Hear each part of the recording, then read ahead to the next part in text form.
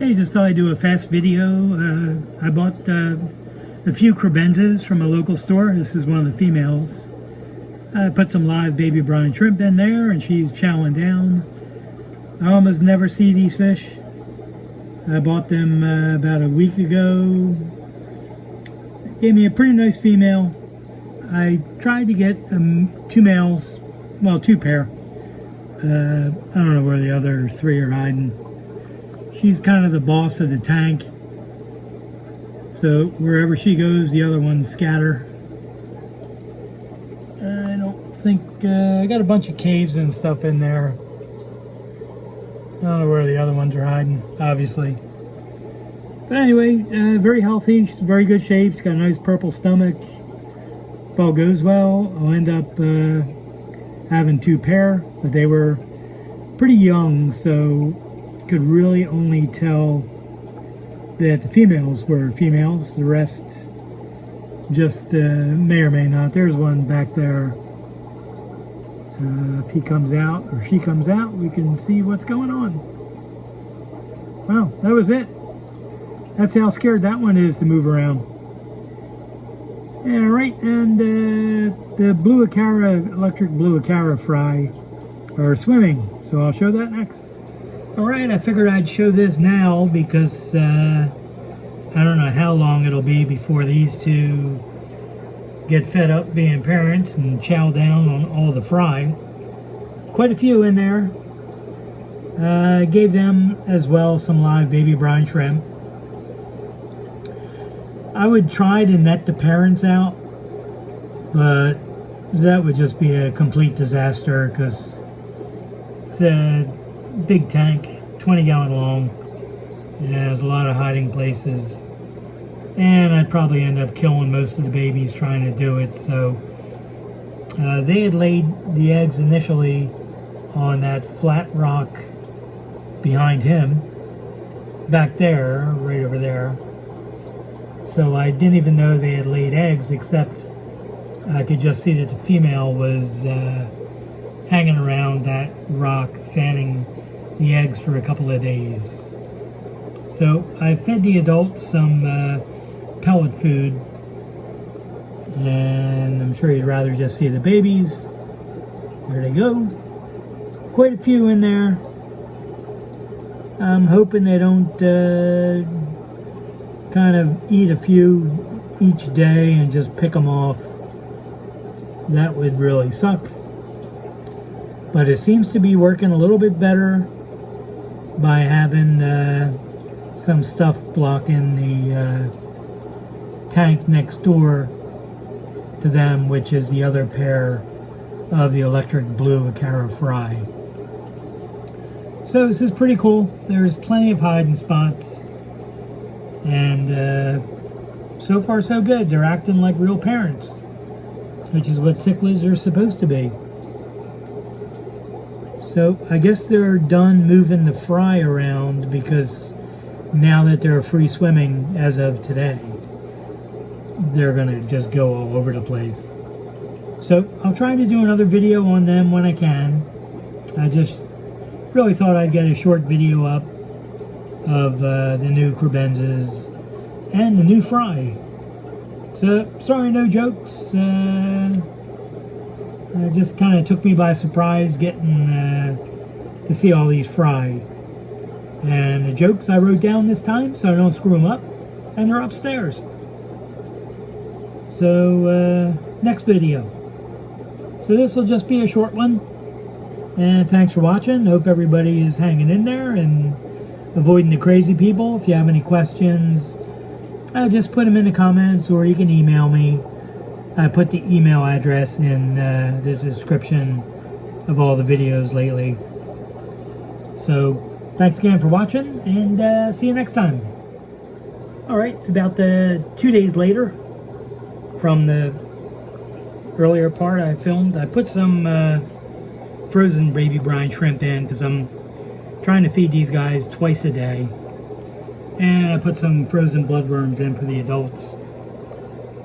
They're still taking care of their babies, which is great. Female's got the breeding colors still, which is very cool. And as you can see, the fry are really all over the place. You know, I can't get in there and clean the glass. Can't get in there and do a water change. So it's just going to have to be a blurry mess. But there you can see the fry are doing great. There's quite a few in there, so we'll see what they end up doing. And I'll add some more guppy stuff at the end of this video. And appreciate you watching, and hope you enjoyed seeing the baby Electric Blue Acaras, which I think have been free swimming for 3 days now. Alright, I'll be right back. Alright, I'll try to wrap up the video with some guppies. I was going to do it on the 2 strains I came up with on my own, because they've kind of grown out, and I can see exactly what they are and what they look like. So it'll make it a little bit easier to figure out what's going on here. So this is the albino version of the Snakeskins, and you can see, if this guy slows down, that the pattern on the side is still a little bluish where there is a pattern. The middle of the body doesn't have a pattern. It's just kind of like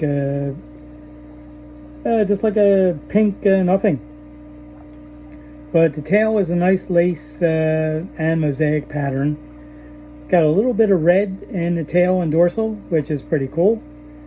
Now, I'd gotten these out of crossing my black lace snakeskins, as I call them, to a black Moscow female. There was the albino in the background of both lines at that point, unbeknownst to me.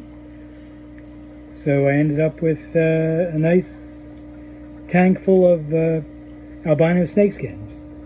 And what was kind of odd is with most of the snakeskins I have, the male's dorsal grows fairly quickly early on.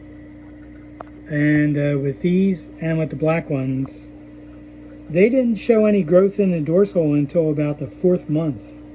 And then you can see how long the dorsal ended up getting on these couple that I have on here. The stuff in the water is not cloudy. It's like most of the time live baby brine shrimp, and I put that in there so that the fish come out and I can actually see them. So the females have been having primarily black-eyed fry. So I have the females in with these males and also the fry as they're growing out. So what's going to happen is I will see what I get when the grown out males start hitting the adult females. I should get at least 50% albino at that point, or close to it. So we'll see what happens. But I thought you'd like to see these because they really ended up changing quite a bit over the few months. These are about 7 or 8 months old now. So they're not something I'd sell because they're too old. You don't want to buy old fish from anybody. The reason for that is because if they survive shipping, which is a very big if, you'll get 1 or 2 drops of fry, and that's probably it. So, but anyway, that's my opinion. So these look cool. Thought you'd like seeing them, and I'll move on to the black snakeskins next. Why don't teddy bears eat dessert? Because they are stuffed. They are stuffed. That's so bad, I'll say it 3 times. Stuffed. Yeah, that's terrible. And these are the, what so far I'm calling the black lace snakeskins. Really, I'm probably going to have to call them black cobras, because there's not enough of a snakeskin pattern. There's a lot of one, but there really isn't enough for it to be called a snakeskin, in my eyes. And once again, the dorsals took a long time to grow. There's a younger one. This one is 3 months old, as is the one behind them. And these are the adults that are 7 or 8 months old. Now they came out of the same drop that those albinos came out of, because it was the same cross that I did. I went, whatever I said just a couple of minutes ago, that I've already forgotten. Now I went black lace snakeskin or black cobra. to a black Moscow female, which was actually the mother of all of the black cobras to begin with. So she finally kind of kicked the bucket, because I've been working on this cross for a little over a year, and I'm really happy with them. In fact, I love them. They're not something I'd really look to enter in any shows, because I don't think they qualify in any class except maybe an AOC, any other color or something. I really don't know. They definitely don't have enough of the snakeskin pattern to be a snakeskin. So, but anyway, very cool fish. And I wanted to show the younger ones so you can kind of see how they start out. They're not quite what the metalhead lace snakeskins are, which I think I showed in the last video, the blue ones. But I must be pretty close to what the breeders that came up with them did, because this is pretty close proximity to it. But what happens is, as you can see with the older ones, as I show the younger one, the tail developed more of a lace throughout the entire tail.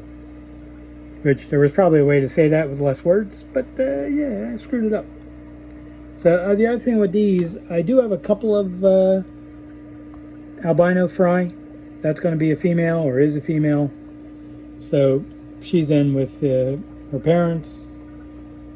So that's that. But this is one of the nicest looking ones right there.